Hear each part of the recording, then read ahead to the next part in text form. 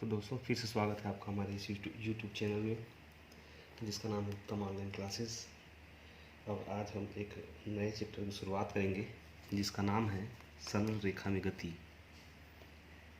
तो देखते हैं सरल रेखा में गति।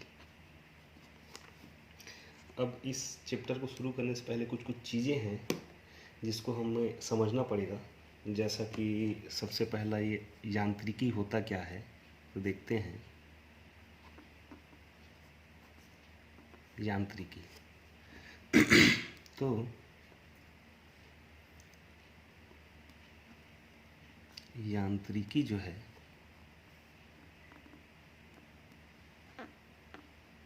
भौतिक की वह शाखा है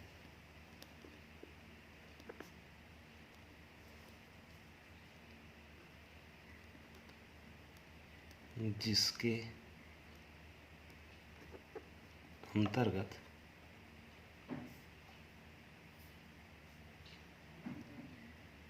किसी वस्तु की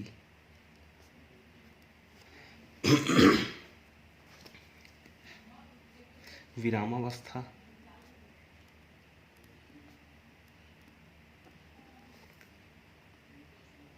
या गत्यावस्था के बारे में अध्ययन किया जाता है। तो देखो, कोई वस्तु है वो विराम अवस्था में है कि वो गत्यावस्था में है, इसका अध्ययन किसके अंतर्गत करते हैं हम लोग? यांत्रिकी के अंतर्गत करते हैं हम लोग। तो इसके दो भाग होते हैं।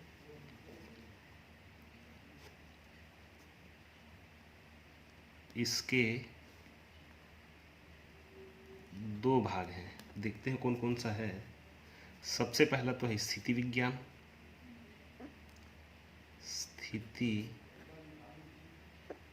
विज्ञान, और दूसरा जो है वो है गति विज्ञान। तो सबसे पहला देखते हैं हम लोग स्थिति विज्ञान को। स्थिति विज्ञान तो इसके द्वारा यांत्रिकी के उस हिस्से का अध्ययन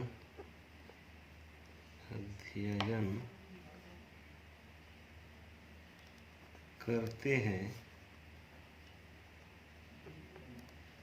जिसमें कोई वस्तु विरामावस्था में है या नहीं। देखो, इसमें कोई वस्तु जो है वो विराम अवस्था में है कि नहीं, इसका अध्ययन किसके अंतर्गत करते हैं हम लोग? स्थिति विज्ञान के अंतर्गत।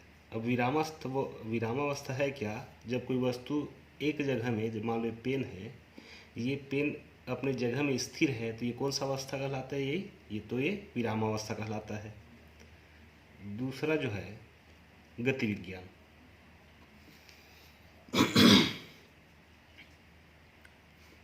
दूसरा गति विज्ञान। देखो, तो इसके द्वारा यांत्रिकी के उस हिस्से का अध्ययन किया जाता है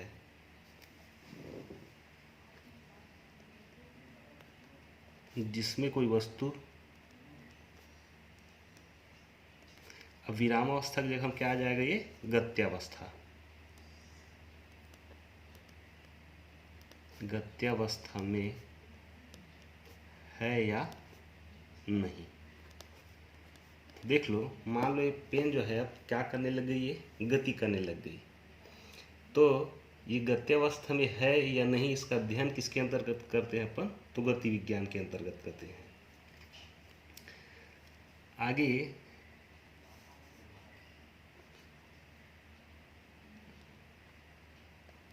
गतिशील वस्तु। अब देखते हैं गतिशील वस्तु होता क्या है। तो किसी वस्तु के स्थिति में समय के साथ परिवर्तन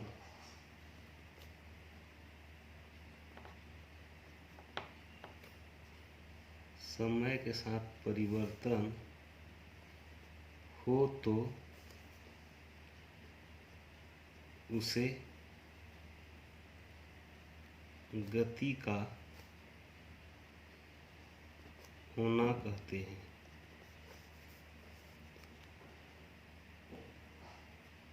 और जो वस्तु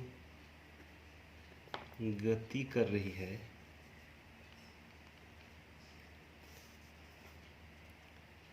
उसे गतिशील वस्तु कहते हैं। देखो, मान लो ये एक रोड है, रोड XY जो है, इसमें कोई वस्तु गति कर रही है। मान लो एक कार गति कर रही है, इसमें वो कहाँ से कहाँ जा रही है, X से Y स्थान पर जा रही है। किसके साथ में, समय के साथ में।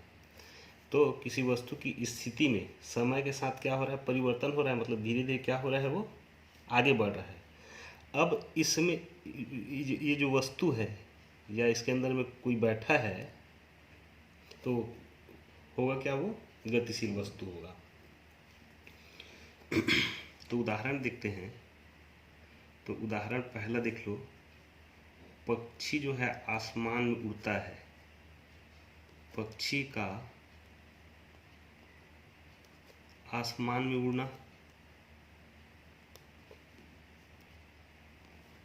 नाव का नदी में चलना,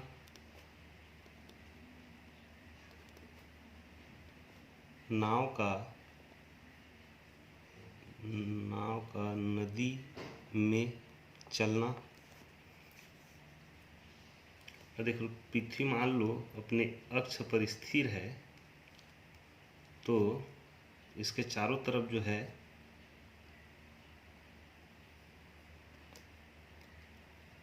चंद्रमा का घूमना।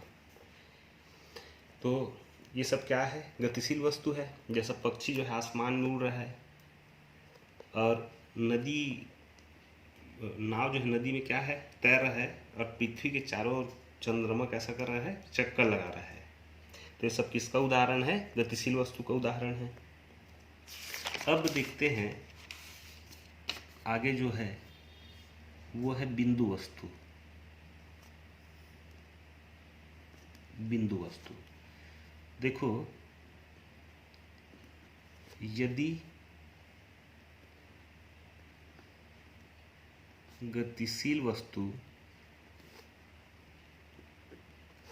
द्वारा तय की गई दूरी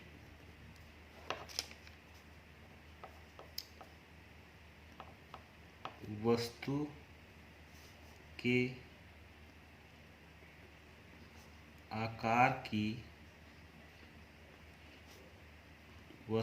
आकार की तुलना में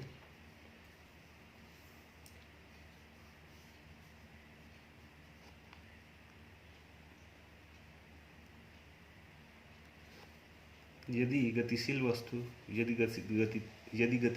द्वारा तय की गई दूरी वस्तु के आकार की तुलना में बहुत अधिक हो तो उस वस्तु को क्या कहेंगे अपन?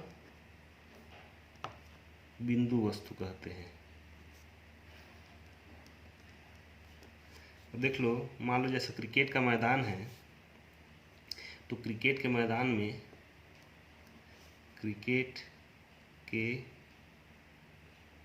मैदान में गेंद या बॉल बोलते हैं जिसको अपन, की गति, देखो वो काफ़ी बड़ा होता है क्रिकेट का मैदान जो है, लेकिन मैदान के तुलना में वो बॉल जो है कितना होता है, काफ़ी छोटा होता है, नगण्य होता है। तो बॉल क्या होगा यहाँ पे? बिंदु वस्तु होगा। उसी तरह मान लो समुद्र में जहाज का चलना। अब देखो समुद्र काफ़ी बड़ा एरिया है और समुद्र की तुलना में जहाज कैसा है? बिंदु वस्तु है, काफ़ी छोटी वस्तु है। तो यहाँ पे जहाज जो है कैसी वस्तु आ जाएगी? बिंदु वस्तु आ जाएगी। अब देखते हैं आगे गति किसको कहते हैं। तो गति तो वस्तु के स्थिति में परिवर्तन होता है। वस्तु की स्थिति में परिवर्तन होता है तब उसे क्या कहते हैं अपन? तब उसे उस वस्तु की गति कहते हैं। क्या कर रहा है? स्थिति, वस्तु जो है स्थिति के स्थिति में क्या कर रहा है? अपना परिवर्तन कर रहा है, तो उसको क्या बोलेंगे अपन? गति कहते हैं। तो इसका सबसे पहला प्रकार जो है वो है एकविमी गति। एकविमी गति, एकविमी गति का मतलब होता है जिसकी विमी मतलब क्या? विमा, विमा मतलब क्या हो एक विमी मतलब एक ही जिसकी विमा हो और वो गति कर रही है, उसको क्या बोलेंगे अपन? एक विमी गति कहते हैं। तो यदि कोई वस्तु एक सरल रेखा में गति करे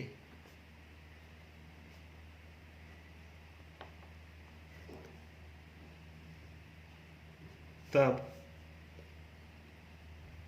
वस्तु के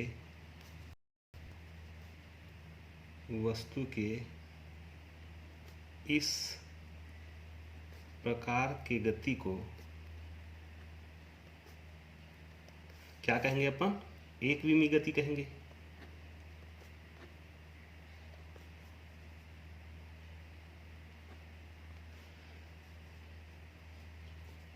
उदाहरण के तौर में देखते हैं तो उदाहरण पहला तो किसी सड़क पे वाहन की गति उस एक सीधी सरल रेखा में गति कर रही है, तो क्या है? किसी सड़क में वाहन की गति, और गति कैसी हो? तो सरल रेखी गति हो, सीधी गति हो, तो उसको क्या बोलेंगे अपन? एकविमी गति कहेंगे। उदाहरण दूसरा देख लो, रेल की पटरी में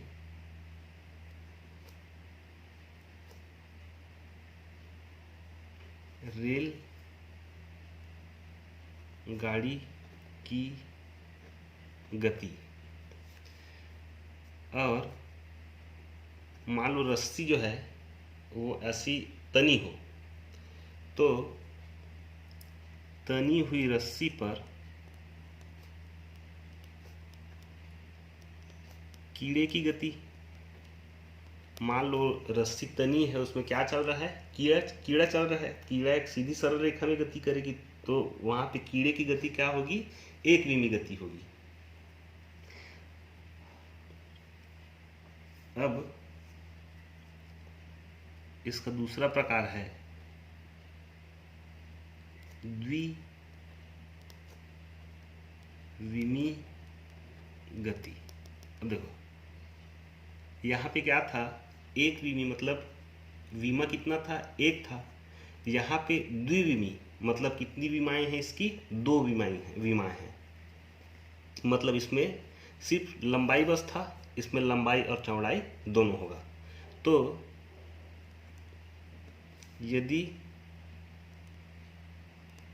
कोई वस्तु समतल पर गति करता है, समतल पर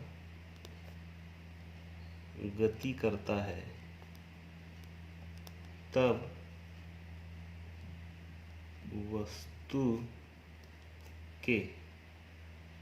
उस वस्तु के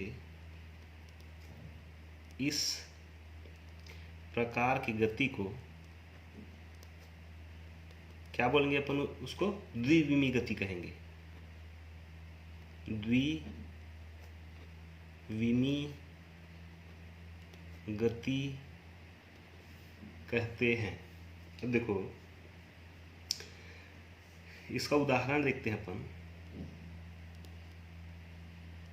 तो उदाहरण पहला, मान लो दीवार पर छिपकली चल रही है, मतलब दीवार पर छिपकली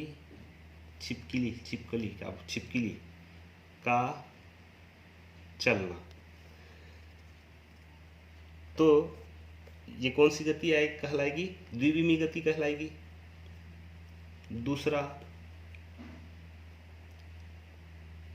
तालाब पर नाव का चलना। तीसरा ले लो, अब वो यहाँ पे तनी हुई रस्सी में चल रही थी कीड़ा, और यहाँ पे जो है समतल या जमीन पर, समतल या जमीन पर क्या, किसकी गति, तो कीड़े की गति।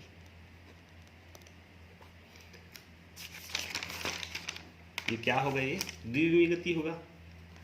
और मान लो जैसा अपन कैरम खेलते हैं, तो कैरम बोर्ड में उसके गोटी की गति। तो ये भी बोर्ड भी कैसा रहता है, प्लेन रहता है, समतल रहता है, उसका गोटी जो है किधर भी जा सकता है। तो इस प्रकार की गति कौन सी गति कहलाती है, द्विविमी गति कहलाती है। अब इसको ग्राफ के माध्यम से समझते हैं।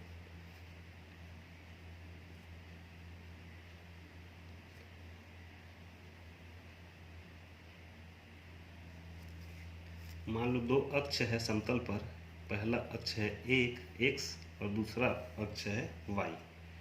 यहाँ पे शून्य रहता है, इसको कहते हैं अपन मूल बिंदु। तो मान लो मूल बिंदु O से x की दूरी पर एक वस्तु जो है चल रही है। कहाँ पे है, यहाँ पे है, ठीक। अब y अक्ष पर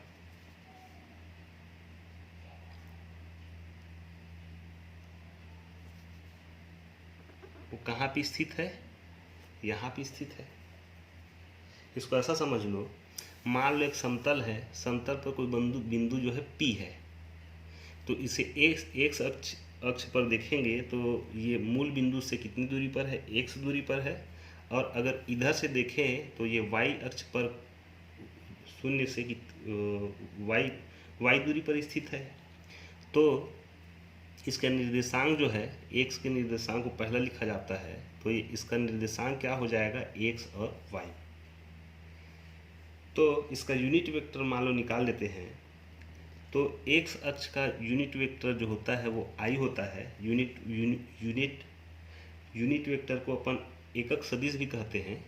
तो x अक्ष का यूनिट वेक्टर क्या है, i है, और y अक्ष का यूनिट वेक्टर क्या है, तो j है। j के ये आई कैप है और ये जे कैप है।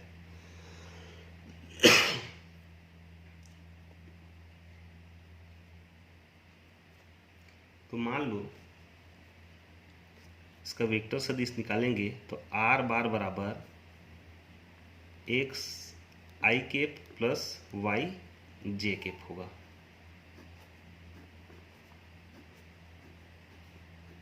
ये इसका क्या है, वेक्टर सदिश है।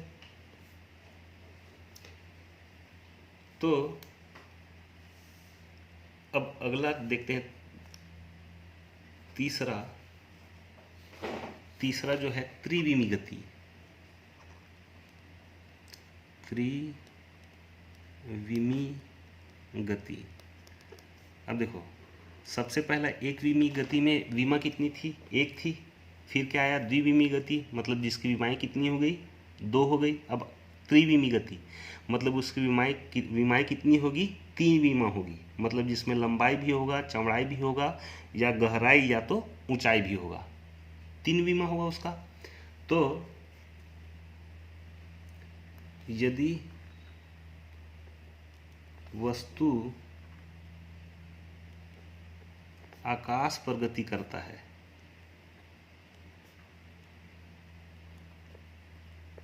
यदि वस्तु आकाश पर गति करता है तो उस वस्तु के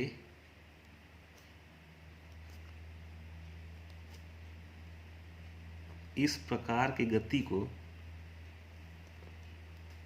क्या कहेंगे अपन, त्रिविमी गति कहेंगे।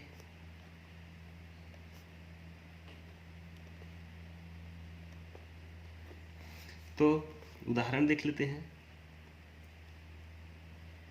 अब आकाश में जो जो भी चीज उड़ता है वो उस किसका उदाहरण हो जाएगा, त्रिविमी गति का उदाहरण हो जाएगा। जैसा आकाश में पतंग का उड़ना,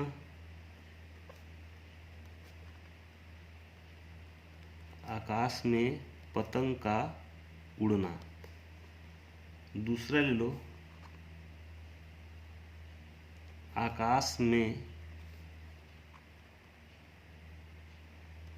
चिड़ियों का उड़ना। मतलब जो चीज़ आकाश में उड़ सकती है वो किसका उदाहरण होगा, त्रिविमी गति का उदाहरण होगा। यहाँ हाथी घोड़ा को नहीं उड़ाना है भाई, है ना। तो इसको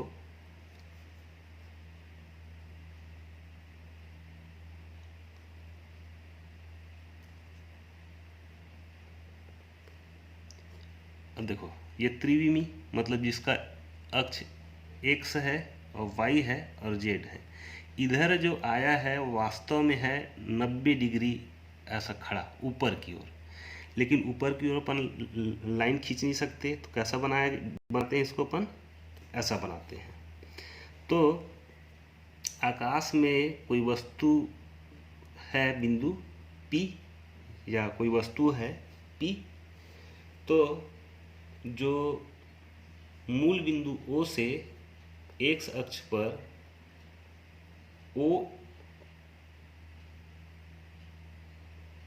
OA की दूरी पर स्थित है, और y अक्ष में OB की दूरी पर स्थित है, और z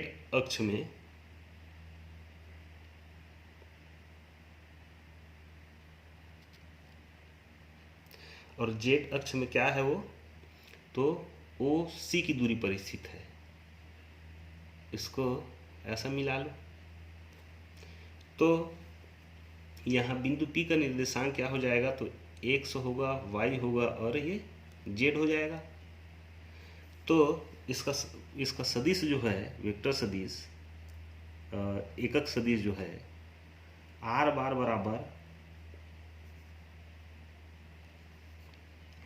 बराबर क्या हो जाएगा, तो ये हो जाएगा x आई कैप प्लस j वाई जे कैप प्लस ये अक्ष है z और ये k प्लस, क्योंकि x अक्ष का जो एकक सदिश होता है वो i कैप होता है, y अक्ष का एकक सदिश जो होता है j कैप होता है, और z अक्ष का एकक सदिश जो है वो k कैप होता है। तो ये तो हो गया गति। गति में अपन 3 प्रकार की गति देखे, एक विमीय गति, द्विविमीय गति और त्रिविमीय गति। अब आगे देखते हैं ऋजु रेखी गति।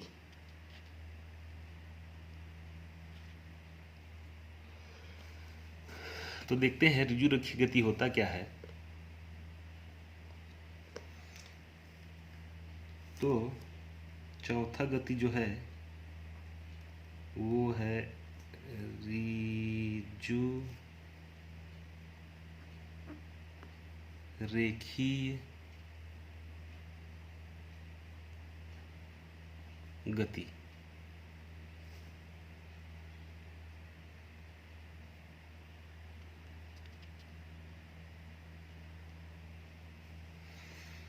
तो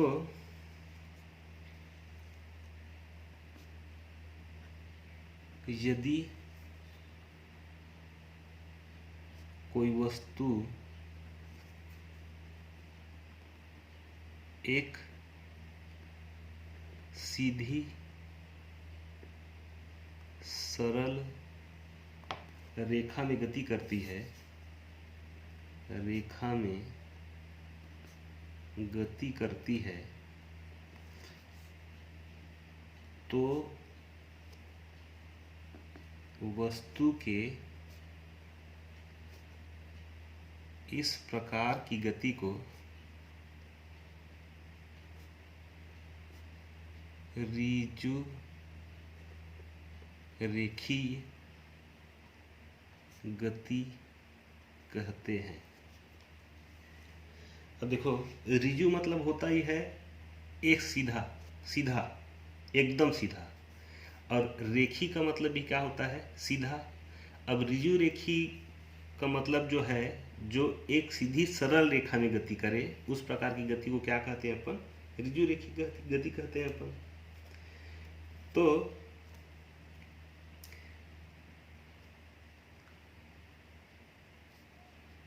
अपन एक समतल जो है, मान लो ये समतल है, इस समतल को कितने भाग में बांट दिए अपन, 2 भाग में बांट दिए। ये कौन सा एक अक्ष था, एक्स अक्ष था। ये कौन सा अक्ष था, वाई अक्ष था। इसके विपरीत वाला एक्स डैश और इसके विपरीत वाला वाई डैश। इसको कहते हैं अपन प्रथम चतुर्थांश। इसको बोलते हैं अपन द्वितीय चतुर्थांश, और इसको बोलते हैं तृतीय चतुर्थांश, और इसको कहते हैं अपन चतुर्थ चतुर्थांश। तो ये इसके बीच का जो बिंदु है, बिंदु ओ, मूल बिंदु जिसको कहते हैं, तो मूल बिंदु के ए दूरी पर एक वस्तु है, बिंदु ए है, इसकी दूरी क्या है, डी है। ऐसा समझ लो कि बिंदु ओ से डी दूरी पर एक वस्तु स्थित है, कौन सी, ए। वैसे ही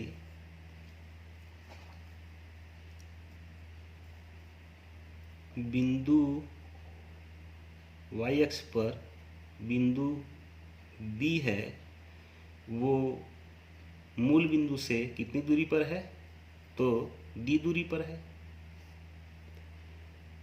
अब एक्स डैश अक्ष में मूल बिंदु ओ से डी दूरी पर एक बिंदु है, कौन सी, सी है। मूल बिंदु ओ से डी दूरी पर एक वस्तु स्थित है, वो कौन से जो है वो वस्तु डी स्थित है। तो ये जो है, ये अक्ष जो है वो हमेशा कैसा होता है, धनात्मक होता है। ये अक्ष कैसा होता है हमेशा, ये भी धनात्मक होता है। लेकिन एक्स अक्ष के विपरीत जो एक्स डैश अक्ष है वो कैसा होगा, वो ऋणात्मक होगा। वैसा ही वाई अक्ष के विपरीत जो नीचे है वाई डैश, वो कैसा होगा, ऋणात्मक होगा। तो अब यहाँ पे x के मान को पहले लिखा जाता है, तो यहाँ पे जो बिंदु होगी यहाँ पे, उसके लिए पहले x का वैल्यू लिखा जाएगा, मतलब प्लस x और ये क्या प्लस y। यहाँ पे x लिखेंगे सबसे पहले, तो ये कैसा आता है, ऋणात्मक होता है, तो ये ऋण x और ये क्या धन y। यहाँ पे x का लिखेंगे, यहाँ पे ऋणात्मक होता है और यहाँ भी क्या होता है, ऋणात्मक होता है, तो ये ऋण x और ये ऋण y। यहाँ पे x का पहले लिखते हैं, तो x कैसा है, धनात्मक है, और y कैसा है, ऋणात्मक है। हम लोग स्कूल में देखे होंगे संख्या रेखा, तो संख्या रेखा के जो जो बीच का जो बिंदु है, मध्य बिंदु, उससे x के तरफ इधर चलते हैं तो कैसा मिलता है हमको, धनात्मक मान मिलता है। और इसके विपरीत दिशा में चले, मतलब x डैश दिशा में चले, तो कैसा मान मिलता है, ऋणात्मक मान मिलता है।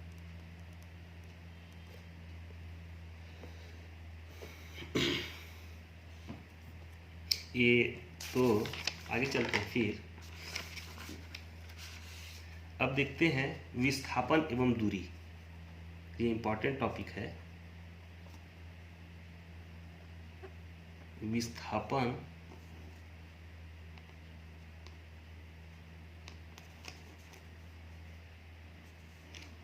एवं दूरी।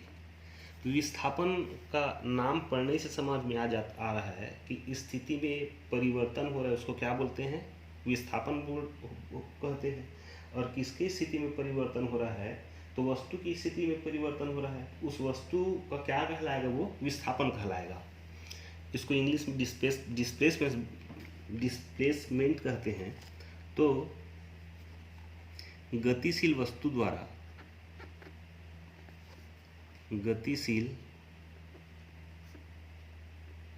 द्वारा किसी विशेष दिशा में क्या हो, स्थिति में परिवर्तन हो, स्थिति में परिवर्तन होता है, तो उसे क्या कहते हैं अपन, विस्थापन कहते हैं।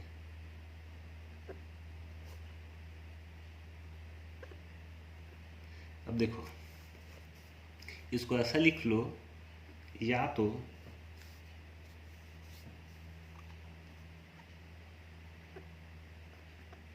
गतिशील वस्तु द्वारा, बात वही है, यहाँ पे गतिशील वस्तु है, यहाँ भी कैसी है, गतिशील वस्तु द्वारा विशेष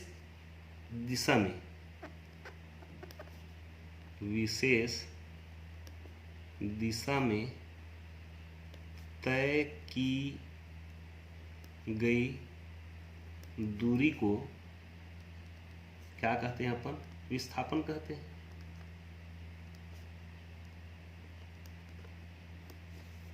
तो या तो ऐसा लिख लो, या तो ऐसा लिख लो, या दोनों लिख लो।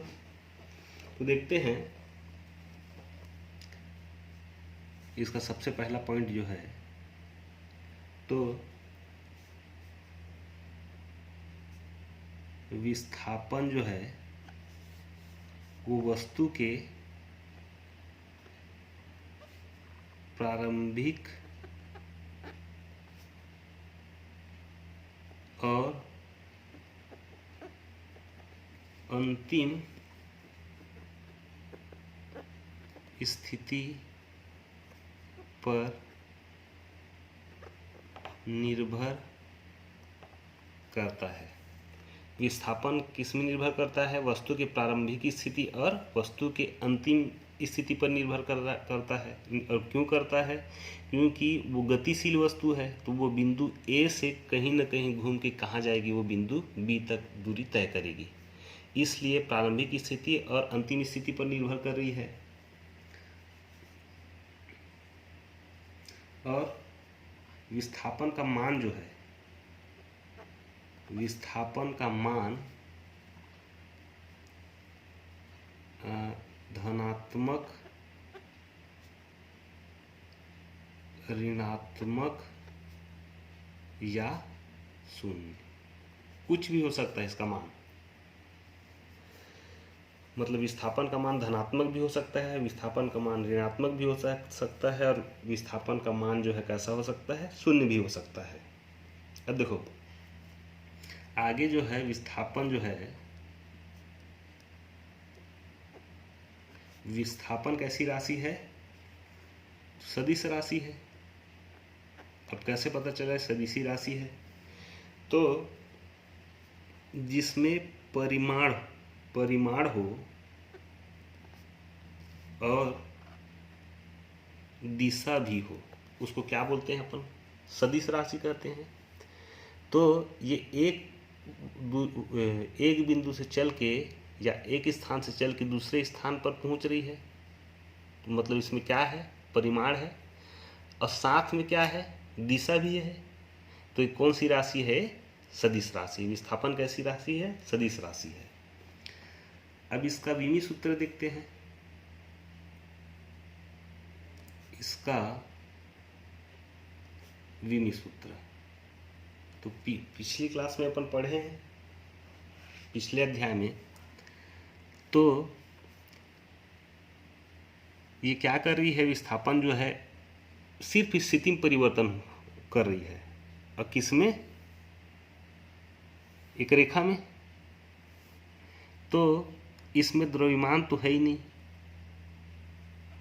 लंबाई है, और समय है क्या? समय भी नहीं है। तो m0 L T0 क्या होगा? इसका विमी सूत्र होगा। अब इसका SI मात्रक क्या होगा?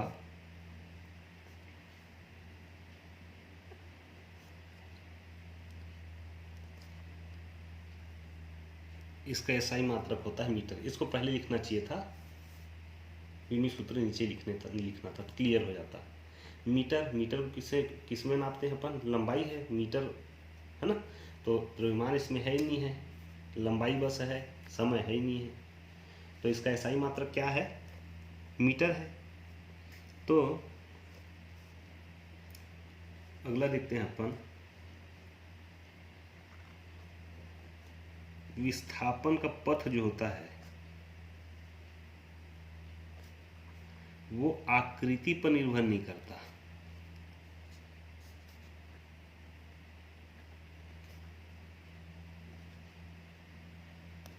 वो मात्र और मात्र स्थिति में परिवर्तन चाहता है।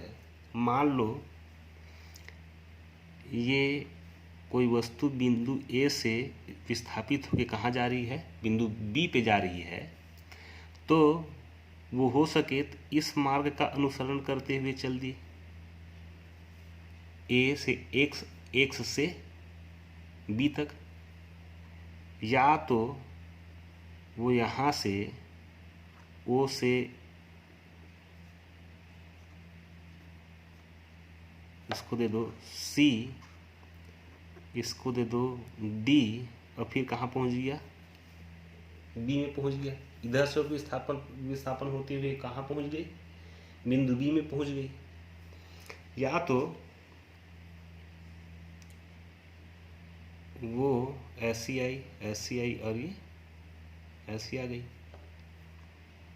ए से ई आई, फिर एफ आई, फिर कहाँ पे पहुँच गई? वो बिंदु बी पे विस्थापित हो गई। तो ये जो विस्थापन का पथ जो है आकृति पर निर्भर नहीं करता है। अब देख लो, मान लो कोई वस्तु वृत्तीय गति कर रही है। वृत्तीय गति कर रही है मतलब मान लो ये वस्तु ए है, इसकी त्रिज्या r है, और ये एक चक्कर लगाते हुए फिर से कहाँ पहुँच गई? यहाँ पे अपने जगह पहुंच गई, मतलब इसका विस्थापन हो गया। तो ये पथ की आकृति पर क्या है, निर्भर नहीं करता है। तो देखो, माना वस्तु की t1 समय में स्थिति क्या थी, तो समय के सापेक्ष स्थिति में परिवर्तन होगा ना, xt1 होगा। और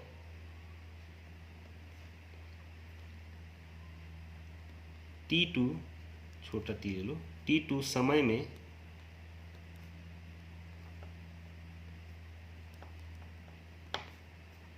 वस्तु की स्थिति में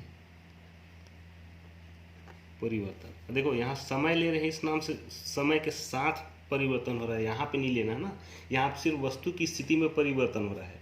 और यहाँ पे उदाहरण ले रहे हैं तो समय के साथ स्थिति में परिवर्तन हो रहा है इसका। तो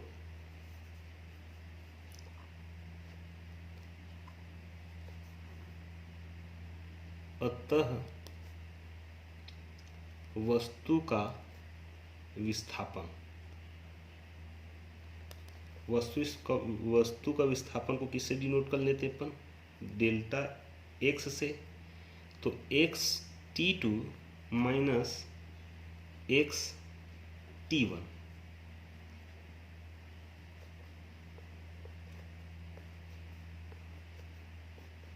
मतलब x t2 जो है, जब विस्थापन होना शुरू हो गया, जो अंतिम अवस्था मतलब जहाँ पहुँचना है वहाँ पहुँच गया, और जो माइनस प्रारंभिक अवस्था था, स्थिति x1 थी, प्रारंभिक स्थिति थी, और ये क्या अंतिम स्थिति थी। तो अंतिम स्थिति माइनस प्रारंभिक स्थिति कर लिए, कितना विस्थापन होगा उसमें हमको पता चल जाएगा। ये तो हो गया विस्थापन। अब अगला देखते हैं दूरी।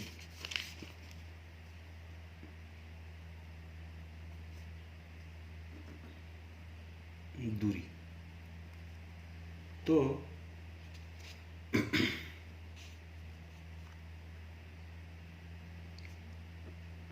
किसी वस्तु द्वारा तय की गई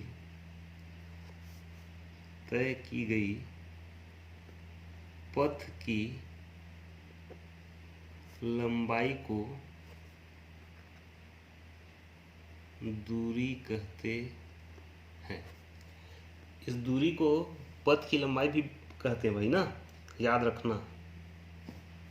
तो किसी वस्तु द्वारा तय की गई पथ की लंबाई को क्या बोलते हैं अपन, दूरी बोलते हैं। और दूरी जो होता है वो हमेशा कैसा होता है, तो धनात्मक होता है, याद रखना। दूरी हमेशा धनात्मक होता है, ठीक। और यह कैसी राशि है, तो ये अदिश राशि है। अदिश राशि अब किसको बोलते हैं, जिसका परिमाण हो लेकिन दिशा का ज्ञान हमको नहीं है, वो किधर जा रहा है, तो इसको कौन सी राशि बोलते हैं, अदिश राशि बोलते हैं। और कहते हैं इसमें परिमाण है, पता चल रहा है कहीं ना कहीं जाएगा, लेकिन दिशा का पता नहीं है कि किधर जाएगा। तो ये कौन सी राशि है, अदिश राशि है। और इसके बारे में डिटेल से पढ़ेंगे आने वाले चैप्टर में, अदिश राशि सदिश राशि के बारे में, तो वहाँ पे क्लियर हो जाएगा। और आगे देखते हैं, इसका एसआई मात्रक जो है मीटर होता है। तो इसका विमीय सूत्र क्या होगा, मीटर बस है, मतलब m 0 होगा, l होगा, और t क्या होगा, 0 होगा। तो इसका विमीय सूत्र m 0 l और t 0 होगा। अब आगे देखते हैं,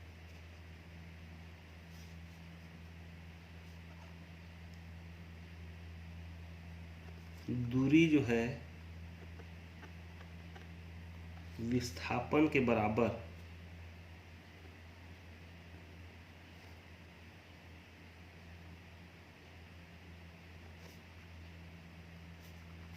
दूरी जो है विस्थापन के बराबर होगा या क्या होगा,